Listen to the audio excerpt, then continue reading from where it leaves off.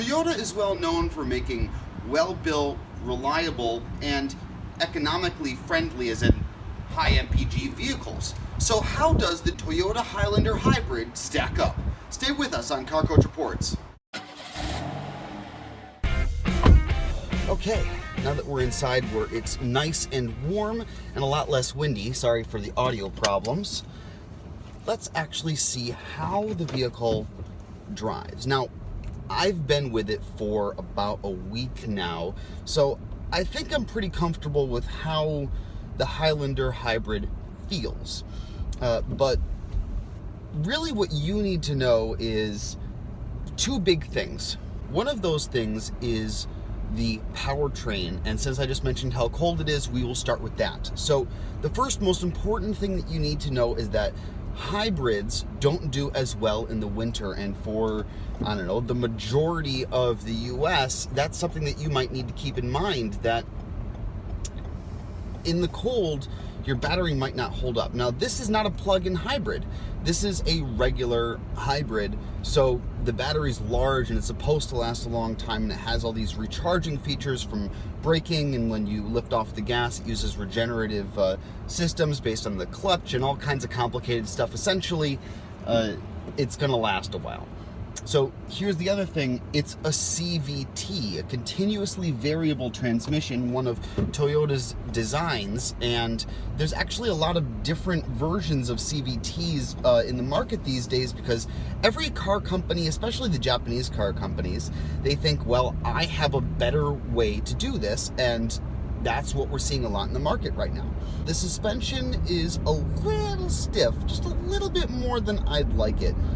For a 3-passenger vehicle that has tons of space, it doesn't feel as large as it is, but it rides like it's a much smaller vehicle.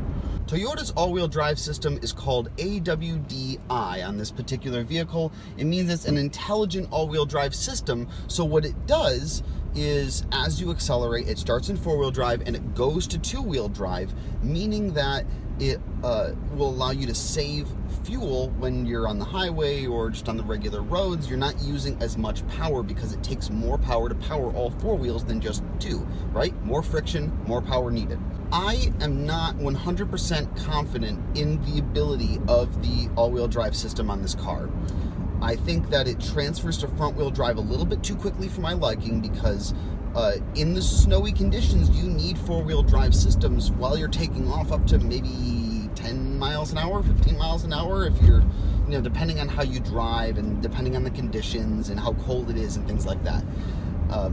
Now, winter tires, of course, help immensely in these situations, but having a better four-wheel drive system, all-wheel drive system, I think that helps a lot as well. So I think that if you want a really confident all-wheel drive system, you might want to look elsewhere. Toyota has other products that have better all-wheel drive systems. I think the 4Runner, which is a bigger vehicle, I think is more capable in these kinds of driving situations.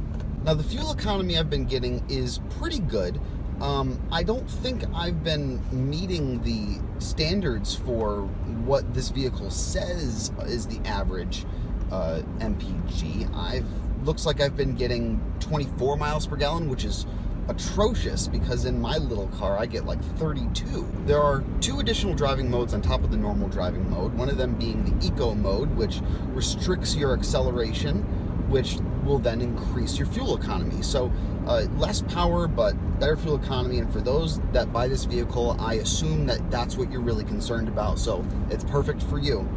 There's also the EV mode, which is great for when you're driving in the city. Now, the vehicle has to be warmed up first. I have to tell you that right now. If you start up the vehicle, which by the way is entirely silent because it starts in EV mode, it won't stay in EV mode for very long if the vehicle is not warm. So in the spring and the fall and the summer, absolutely fine. In the winter, you're gonna need to give it some time to warm up before you can use the EV mode.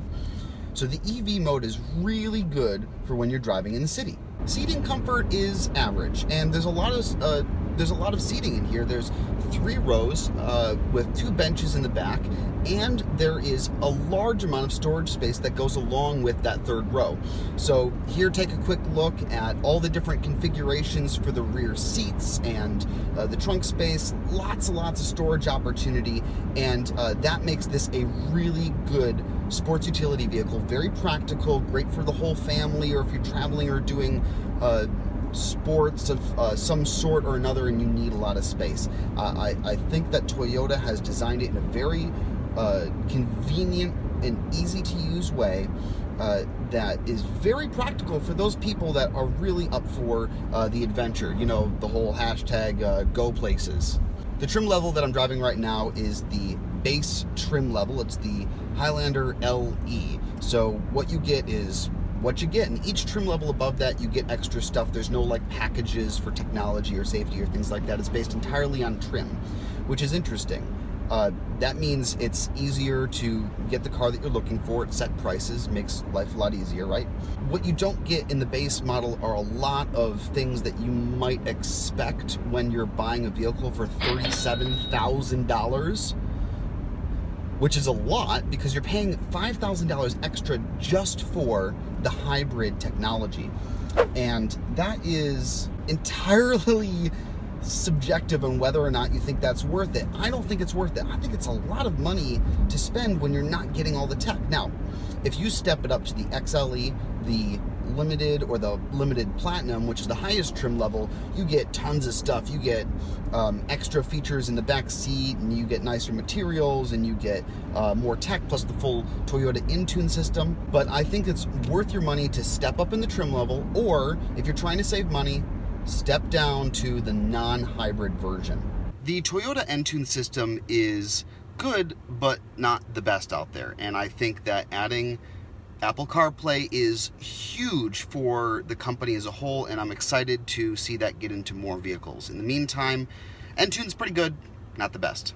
Finally, I think that the value that you're getting from this vehicle is just not up to par with some of its competitors. I think if you really want a good hybrid, either pay more for a higher trim here with the Toyota Highlander, or maybe look somewhere else. I unfortunately just think that, you know, the materials, they're too cheap, and the system isn't up to par. It's just not updated. I'm excited to see the 2018 Highlander. Hopefully that changes it up a little bit, but I guess we will see. And now let's go back and wrap it up.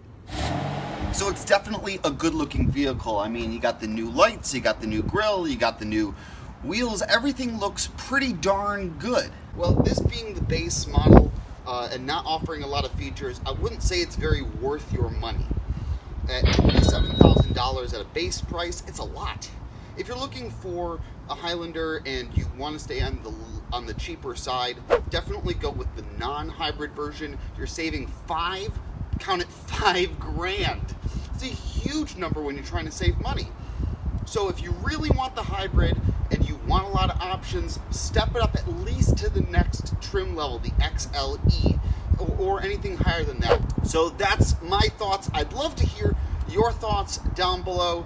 My name is Paul Fix III. This is Car Coach Reports. Thanks so much for watching. We'll see you next time. I want to talk about Toyota's Entune system really quickly. We were just at the Detroit Auto Show, which is probably a couple of weeks ago by the time that this video goes up. But Toyota announced that they would be finally putting Apple CarPlay into the Toyota Avalon, which is